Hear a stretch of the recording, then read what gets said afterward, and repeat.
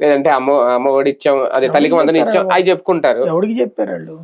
ఇప్పుడైనా వీళ్ళు చెప్తారు 4000 పెన్షన్ ఇచ్చాము, గ్యాస్ బండ్ ఇచ్చాము అనేసి.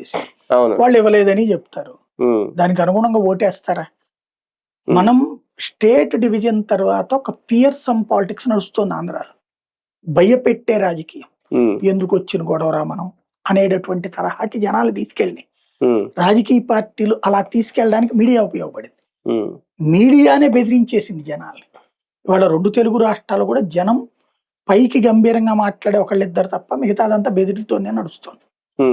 కాబట్టి ఇక్కడ ఆ బెదిరేటటువంటి వాళ్ళు ఇప్పుడు తెలంగాణలో ఇవాళ మాట్లాడుతున్నటువంటి వాళ్ళు ఎంతమంది మాట్లాడారు కేసీఆర్ అధికారంలో ఉన్నప్పుడు? ఈవెన్ కాంగ్రెస్ నాయకులైనా సరే బెదిరినే ఉన్నారు. ఇవాళ వాళ్ళందరూ రివర్స్ లో మాట్లాడుతున్నారు. ఇప్పుడు బీఆర్ఎస్ వాళ్ళు బెదురుతున్నారు.